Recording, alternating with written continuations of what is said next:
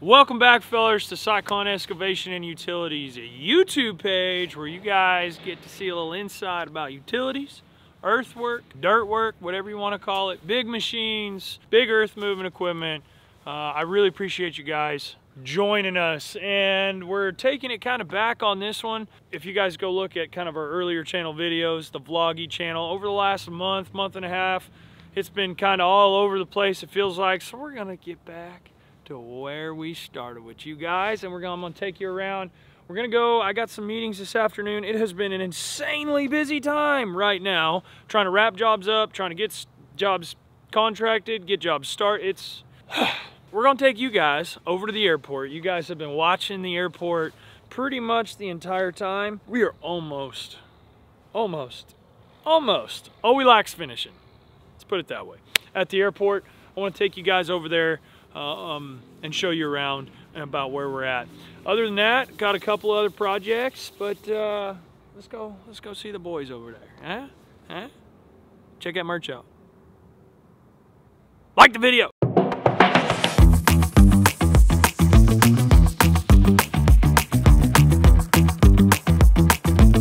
All right, guys. So we're out here at the airport. We got taxiway going in. We got blue tops happening. As you guys can hear me here beside me, Sam's on the dozer running the 51 EXI machine and putting this at grade, getting ready for pavement. We've got water lines getting tested.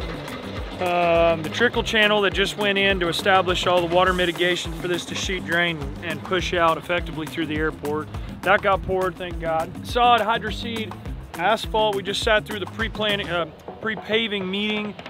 Pre-paving planning meeting, 3 P's there, I know, to get set up and get ready and rocking and rolling on this beautiful taxiway. They're supposed to stripe it next week. We got a little bit of weather coming in on Thursday. It's kind of got all of this jeopardized, so let's go check it out. See the base rock? You got 1, 2, 3, or 4 piles. They've done, I want to say, a little over 100 loads of SP2 in here in the last 2 days. And thank God for our beautiful Komatsu eye machine, because she's laying some beautiful base rock down. We're getting it ready. Man, looks beautiful. Sam's doing an awesome job. I can't stop watching that automatic dozer. 210's tracking some stuff in over there. 308 tracking over here. We got electrical going on down here. We got the trickle channel going on down here. Let's go see what these yahoos are doing. Man, it looks so good out here. Shout out Mr. Boer, beautiful trickle channel, nice broom finish on it that just pulled forms. Essentially everything will grade away from that.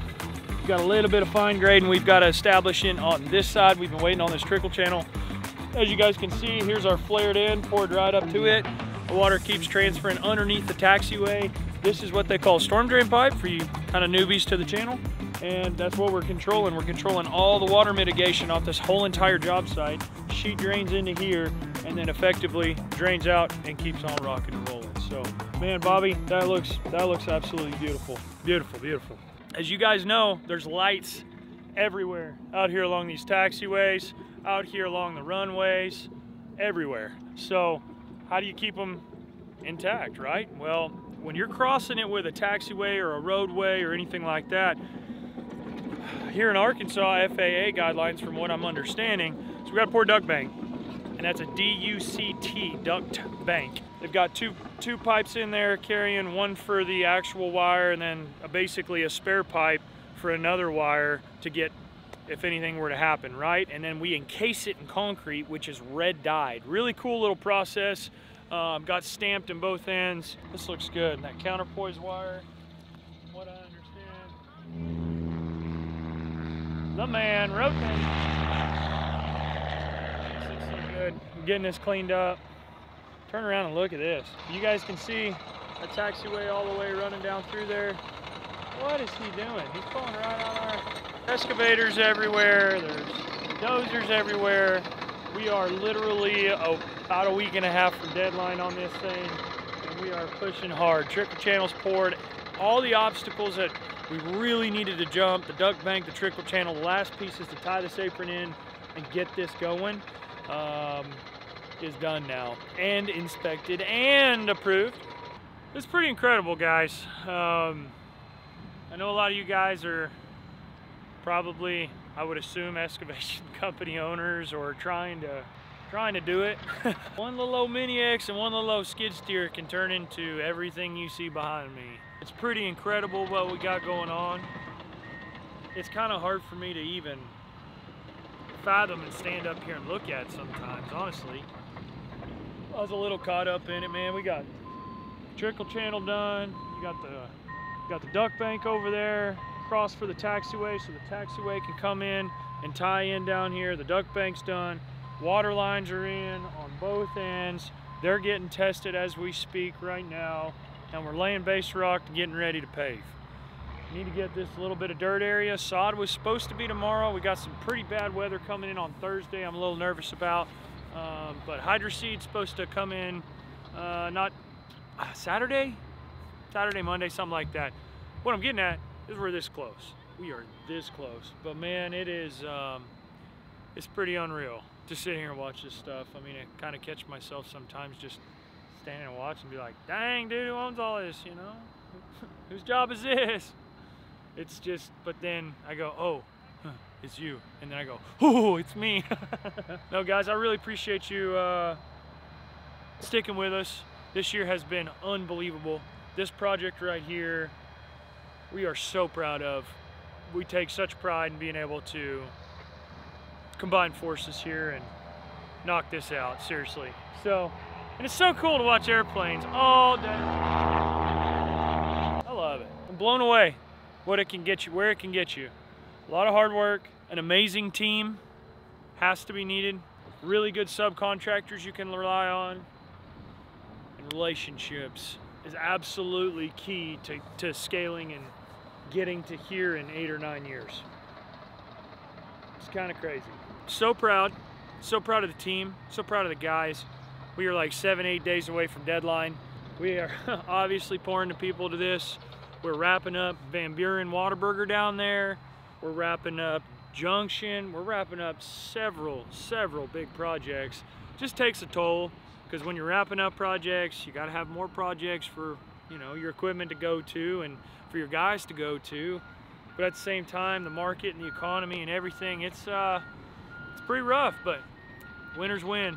And just got to wake up and do it, man. Just got to do it. So nothing to it but to do it, and nothing changes if nothing changes, right? Morning, channel. We are on the way to a pre-bid meeting this morning. I got Dylan Cecil, our estimator. Obviously, we've had a ton of stuff wrapping up. You guys have been hearing me talk about wrapping this up, wrapping that up, wrapping this up. Tired wrapping up presents. Presents. It's Christmas time, but projects. You know what I meant, right? Everybody knew what I meant? We are on our way to go look at a private storm drain deal. You know, I've been talking about the market and the economy and what it's doing to us, but man, it's a testament. If you do good work, it will come back around to you. And a little bit of the poking and prodding that I've done, and hey, we're looking for a little bit of work. I've had an unbelievable response from engineers, from contractors, from folks that have worked with us, from folks that have heard about us. There's a lot of cool projects we're fixing to take a look at, and a lot of good things coming in 24 that, you know, you can kind of get stirred up in your mind trying to get all these projects wrapped up, and then you come to a point and you go, oh man, I ain't got no work, right? I've done that before. Any business owner below 5 years in a startup will do that at some point. But when you get to that point where you go, oh, I ain't gonna work, what are you gonna do to get yourself out of that situation while keeping everything going? Luckily, we have plentiful work in the area. We have plentiful good relationships that we've established to ensure that 24, yeah, probably not going to be our best year ever, but it's going to be a good year. It's going to be a dang good year. And we're going to keep on trucking on because winners win, baby. That's why, right? Anyways, we're going to go check this out. It's a little private deal here in Bentonville, next town over. I've got a few errands to do today. Running all over hell and back, but trying to get some new things brought out of the ground. And I haven't really shown you guys much about this side of, you know, what we do. It's not a whole bunch of real fun stuff to watch. Hey, we're gonna go talk to this guy. We're gonna punch some numbers in here. We're gonna make some phone calls. It's pretty redundant, but a lot of you guys are probably wondering how this happens. So I want to tell you guys how this little job came about. I emailed an engineer. Engineer had a project, had a client, was really having some trouble with this specific scope of work, finding somebody to give him a good price on that made sense to him. And not only that, reached out to him, engineer sent plans over. We're going to meet this guy, gonna go talk with him very briefly, make sure we're putting eyes on what he needs us to do. And then from there, we're gonna give him some numbers, put it to contract, and rock and roll, baby. So, hustling.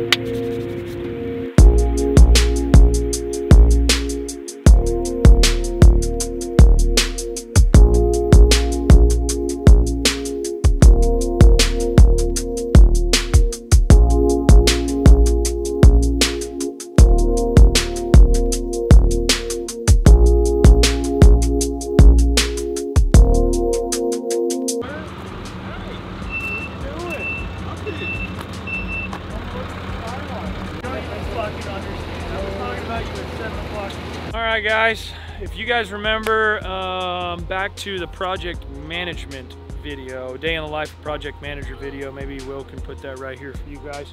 Really good video, by the way. It was a day in the life with Dalton, who pretty much deals with all the fires before they get to me. So speaking of fires, we're over here at First Street Flats, and we're under contract to do the fire lines, fire suppression lines. And if you can tell right there, that's what in that video Dalton was referencing. They had to put their T's together. They had to leave a valve for us to make a connection to, right? So the valve's there, it's ready to go. We've plugged our piece of pipe in there. It's got a mega lug on it. Gonna get it ready to go, and then we're gonna keep on running down there, and I'll show you guys the other end of where this, basically this 6-inch pipe is coming all the way in to feed a 6-inch pipe inside and create all the fire suppression and serve all the fire suppression inside, right? So let's check out the other end. So this riser right here is stainless steel. It's 6 foot tall, 6 foot out, right? So we've got about a foot showing. This is where the backflow, big backflow preventer is gonna go. It's gonna go right here. We're about 12 inches off this wall, about 24 inches off this wall. Give that backflow a nice enough room. If you guys see below down here, where our nice tracer wires connected in, atta boys. And then there's a bell, and we're gonna go ahead and bring it from that 90 over there at the corner, from the valve you guys just saw, and we're gonna plug our pipe in there. It's gonna serve up through this 90, and they'll have dedicated water for their fire suppression. So if this building were ever to catch on fire, this is how the water gets served, not through the water meter that you drink out of. Kind of cool. I know it's probably a little bit different than most people wouldn't know that, but we've got 3 of these to do here. I think one's already done. As you guys can tell, Dakota's crew's fixing to have this knocked out, and I think they've got one more building past this. But we just wanted to run by here and show you guys this. It's been a minute since we did any fire lines, and we're gonna be probably messing around with a few of these, so you guys will get to see more. Yeah.